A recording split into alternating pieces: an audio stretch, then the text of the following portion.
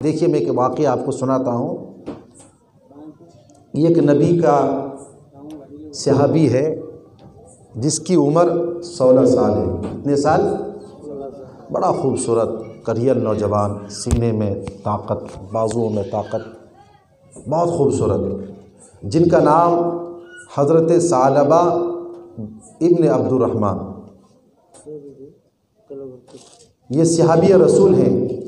میرے نبی کی بارگاہ میں رہتا تھا اور آقا کریم صلی اللہ علیہ وسلم کی خدمت کرتا تھا.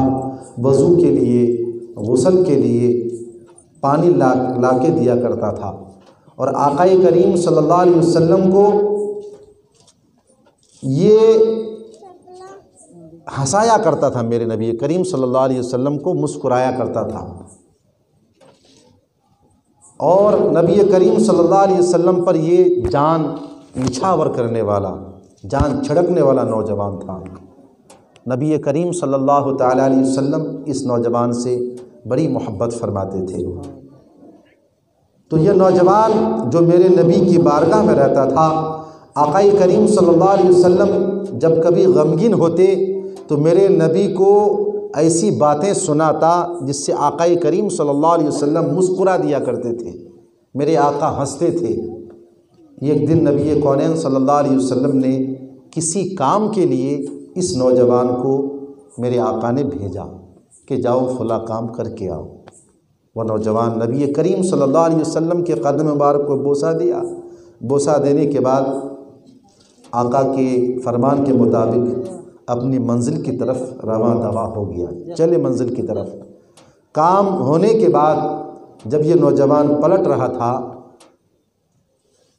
فَإِذَا انسَقَطِ الرِّيحُ، تو اچانک ہوا چلتی ہے اور جو دروازہ تھا اس کا ڈور کھل جاتا ہے.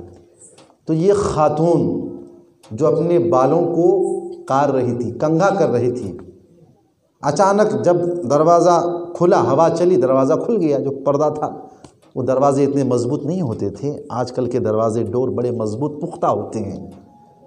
تو اس نوجوان کی نظر پڑ گئی یہ غیر محرم کی طرف.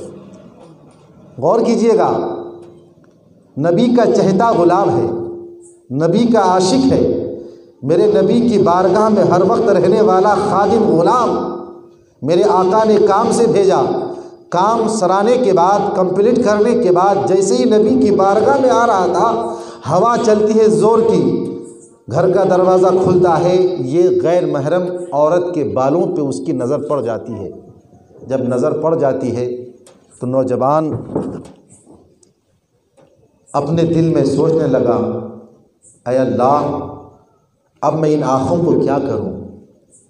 ان آنکھوں سے میں اپنے آقا کا دیدار کیسے کروں؟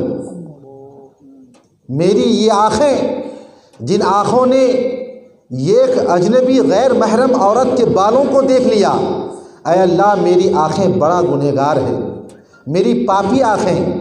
اب میں ان آنکھوں سے آقا کریم صلی اللہ علیہ وسلم کے رخ والضحیٰ کا زیارت نہیں کر سکتا ہوں، دیدار نہیں کر سکتا ہوں. نوجوان رونے لگا، گریہ وزاری کرنے لگا، اپنے آپ کو گنہگار سمجھنے لگا، پاپی سمجھنے لگا، اپنے آپ پر ملامت کرنے لگا. اللہ اللہ، اب ہوتا کیا ہے؟ وہ نوجوان وہیں سے جو ہے پلٹتا ہے، اور کہاں پلٹتا ہے؟ جنگل کی طرف چلے جاتا ہے. کہاں چلے جاتا ہے؟ جنگل کی طرف. ایک دن ہو گیا، 2 دن ہو گیا، 40 دن جنگل میں رو رہا ہے، زار و قطار رو رہا ہے، گریہ و زاری کر رہا ہے، آنسو بہا رہا ہے، رب کی بارگاہ میں توبہ کر رہا ہے. حالانکہ جب اس کی پہلی نظر پڑی تھی، حضرت علی فرماتے ہیں جب کسی مرد کسی اجنبی عورت پر نظر پڑتا ہے اور پہلی نظر جب پڑتا ہے تو پہلی نظر معاف ہے. کیا ہے؟ پہلی نظر معاف ہے. ہاں، دوسری نظر وہ دیکھے غور سے تو اب گناہ ہے. اب اس نوجوان کوئی تو گناہ نہیں تھا، لیکن اپنے آپ کو کتنا گنہگار سمجھ رہا ہے، کتنا سچا عاشق رسول ہے کہ جنگل میں نکل گیا. اللہ اکبر. اور 40 دن لگاتار جنگل میں تنہائی میں سجدے میں سر رکھ کر رب کی بارگاہ میں زار و قطار رو رہا ہے. اور رب کی بارگاہ میں عرض کر رہا ہے مولا میری خطاؤں کو معاف فرما، اے اللہ میری گناہوں کو بخش دے، میں گنہگار ہوں، میری آنکھوں میں وہ شرم و حیا نہیں ہے کہ تیرے حبیب کا میں دیدار کر سکوں۔ ادھر مدینہ منورہ میں آقائے کونین صلی اللہ علیہ وسلم تڑپ جاتے ہیں، مچل جاتے ہیں۔ میرے آقا صحابہ کرام سے ارشاد فرماتے ہیں اے میرے صحابیوں وہ ثعلب کہاں گئے؟ کام کے لیے بھیجا تھا، اتنے دن ہو گئے، 40 دن ہو گئے، اس کا پتہ کرو، معلوم کرو وہ کہاں گیا ہے۔ اللہ اکبر۔ نبی کونین صلی اللہ علیہ وسلم نے حضرت عمر فاروق اعظم اور حضرت سلمان فارسی کو ان کی تلاش کے لیے بھیجا۔ اللہ اکبر۔ اب یہ دونوں صحابی رسول پہنچے، جب مدینہ منورہ کی آبادی سے باہر صحرا میں پہنچے تو آپ نے دیکھا، اصحاب رسول نے دیکھا کہ ایک چرواہا ہے جو بکریاں چرا رہا ہے۔ تو ان سے پوچھا اے چرواہے یہ تو بتاؤ کیا تم نے یہ خوبرو نوجوان کو دیکھا ہے جن کے بازوؤں میں بڑی طاقت ہے، جن کے سینے میں بڑا خم ہے، بڑا خوبرو نوجوان ہے جو 16-17 سال کا ہے، بتاؤ کیا تم نے ایسے نوجوان کو دیکھا ہے؟ وہ چرواہے کہتا ہے ہاں ہاں اے اصحاب رسول ہم نے تو ایسے خوبرو نوجوان کو نہیں دیکھا، لیکن ہاں یہ کمزور نوجوان کو ہم نے دیکھا ہے جو رات کے وقت آتا ہے اس پہاڑ میں اور پھر جو ہے ہم سے دودھ مانگتا ہے بکریوں کا، ہم ایک گلاس دودھ پیش کرتے ہیں اور دودھ پینے کے بعد پھر جنگل میں چلے جاتا ہے۔ وہ اتنا زار و قطار رو رہا ہے، اتنا آنسو بہہ رہا ہے، رات و دن توبہ پہ توبہ کر رہا ہے۔ جب وہ روتا ہے ان کے رونے سے ہماری اب بکریاں بھی روتی ہیں، جب وہ نوجوان روتا ہے تو ہماری بکریاں بھی روتی ہے۔ میرے نوجوانوں یہاں پر رک جائیے اور غور کیجیے، ہم بھی تو عاشق رسول ہونے کا دعویٰ کرتے ہیں، نبی کا غلام ہونے میں فخر محسوس کرتے ہیں۔ سرکار غوث اعظم بڑے پیر شیخ عبد القادر کی غلامی ہمیں فخر کرتے ہیں، خواجہ اجمیری کی نسبت ہم اپنے لیے باعث فخر و خیر و برکت سمجھتے ہیں۔ لیکن میرے دوستوں وہ نوجوان کیسا نوجوان تھا، کیسا نوجوان تھا کہ یہ گناہ جو گناہ نہیں ہے، یہ غیر محرم عورت کے سر کے بالوں پہ نظر پڑ جاتی ہے تو اپنے آپ کو اتنا بڑا خطا کار، گنہگار، سیاہ کار، روسیہ سمجھ رہا ہے کہ مدینہ منورہ کو چھوڑا، میرے نبی کی در کو چھوڑا اور صحرا میں جا کر رب کی بارگاہ میں توبہ پہ توبہ کر رہا ہے، زار و قطار رو رہا ہے۔ میرے نوجوانوں کیا کبھی ہمیں اپنی زندگی پہ افسوس ہوا ہے؟ کیا کبھی ہمیں اپنی زندگی پہ تعجب ہوا ہے کہ آج ہم رات بھر فیس بک پر اپنی پوری زندگی گزار رہے ہیں، سوشل میڈیا پر بیٹھ کر غلاظت دیکھ رہے ہیں؟ بتائیے ہماری آنکھیں زنا کر رہی ہے، ہماری کانیں خطا کر رہی ہے، ہماری آنکھیں خطا کر رہی ہے۔ بتائیے ہم صبح کے وقت میں نرم نرم اور گرم گرم بستروں کو چھوڑ کر اللہ کے گھر میں نماز کے لیے نہیں جا سکتے؟ بتائیے خدا را اپنی زندگی پہ رحم کرو۔ ارے اللہ کے صحابی کو دیکھو جو گناہ نہیں ہے اپنے آپ کو خطا کار سمجھ کر جنگل میں جا کر اس قدر رو رہا ہے۔ میرے دوستو ہمیں سبق لینا چاہیے کہ ہم لوگ کیا کر رہے ہیں، کتنی خطائیں کر رہے ہیں، کتنی گناہ ہم کر رہے ہیں۔ اللہ اکبر۔ جب پتہ بتا دیا گیا حضرت عمر فاروق اعظم اور حضرت سلمان فارسی، ان کے ساتھ کوئی اور دوسرے اصحاب رسول تھے، وہ جب پہنچے تو کیا دیکھا کہ ایک دبلا پتلا نوجوان ہے جو سجدے میں سر رکھ کے رو رہا ہے، اے اللہ میری خطاؤں کو معاف فرما، میری گناہوں کو بخش دے۔ اللہ اکبر۔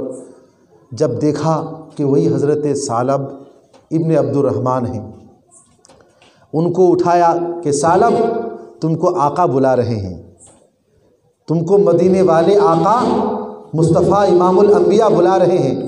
اللہ اکبر۔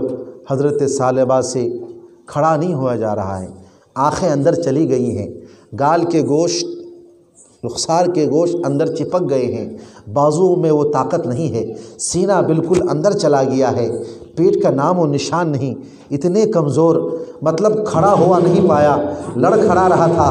حضرت عمر فاروق اعظم اس کو اپنے ہاتھوں سے اٹھاتے ہیں، اٹھانے کے بعد عرض کرتے ہیں ثعلبہ چلو مدینے میں میرے آقا بلا رہے ہیں۔ سبحان اللہ۔ ثعلبہ عرض کرتے ہیں اے عمر یہ تو بتاؤ کیا میرے آقا کو میرے گناہ کے بارے میں پتہ چل گیا ہے؟ کیا میرے آقا کو جبرائیل علیہ السلام نے آ کر سنا دیا ہے؟ کیا کہیں میرے اوپر وعید کی آیت نازل تو نہیں ہو گئی؟ عذاب کی آیت قرآن میں میرے تعلق سے نازل تو نہیں ہوئی؟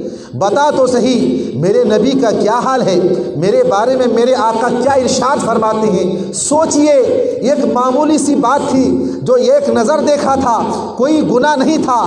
آپ بتائیے ذرا کہ ہم ان آنکھوں سے کتنی غیر محرم عورتوں کو دیکھتے ہیں میرے دوستو، ہمارا حال کیا ہے؟ ہم کہاں پہ کھڑے ہیں؟ اپنے آپ کا محاسبہ کیجئے، اپنے نفس کا محاسبہ کیجئے اور اس صحابی رسول کا انداز عشق و محبت دیکھیے۔ اللہ اکبر۔ حضرت عمر فاروق اعظم کہتے ہیں اے ثعلبہ میرے آقا کو کچھ پتہ نہیں، اے ثعلبہ تم تو چلو۔ ثعلبہ کہنے لگتے ہیں اے عمر مجھ سے چلا نہیں جائے گا، میرا پیر لڑکھڑا رہا ہے، میرا قدم ڈگمگا رہا ہے، میں پہنچ نہیں سکتا۔ اللہ اکبر۔ حضرت عمر فاروق اعظم نے حضرت ثعلبہ کو اٹھا کر اپنے پشت مبارک پہ لاد لیتے ہیں، ڈال لیتے ہیں اور حضرت عمر فاروق اعظم حضرت سلمان فارسی اس صحابی رسول جن کی عمر 17 سال ہے کاندھے پر لے کر مدینہ منورہ کی سرزمین پر پہنچتے ہیں، مسجد نبوی میں پہنچتے ہیں۔ پہنچنے کے بعد حضرت عمر کیا دیکھتے ہیں کہ آقا کریم صلی اللہ علیہ وسلم جماعت کے ساتھ نماز پڑھا رہے ہیں۔ میرے آقا مغرب کی نماز ادا فرما رہے ہیں، جماعت کرا رہے ہیں۔ تو حضرت ثعلبہ کو وہیں پہ رکھتے ہیں اور حضرت عمر فاروق اعظم جماعت میں شریک ہو جاتے ہیں۔ ثعلبہ سے تو رہا نہیں گیا، کچھ دیر کے بعد یہ لیٹ جاتے ہیں، کمزوری تھی، نقاہت لاغر، وہ ناتوا ہو گئے تھے۔ اللہ اکبر۔ نماز کمپلیٹ ہوئی۔ جب نماز ہوئی تو میرے آقا نے فرمایا آئین عمر و سلمان، کہ عمر اور سلمان فارسی کہاں ہیں؟ آقا میں حاضر ہوں۔ تو کہا کہ میرے ثعلبہ کہاں ہیں؟ سبحان اللہ۔ میرے آقا نے کیا فرمایا کہ میرا ثعلبہ کہاں ہے؟ اللہ اکبر۔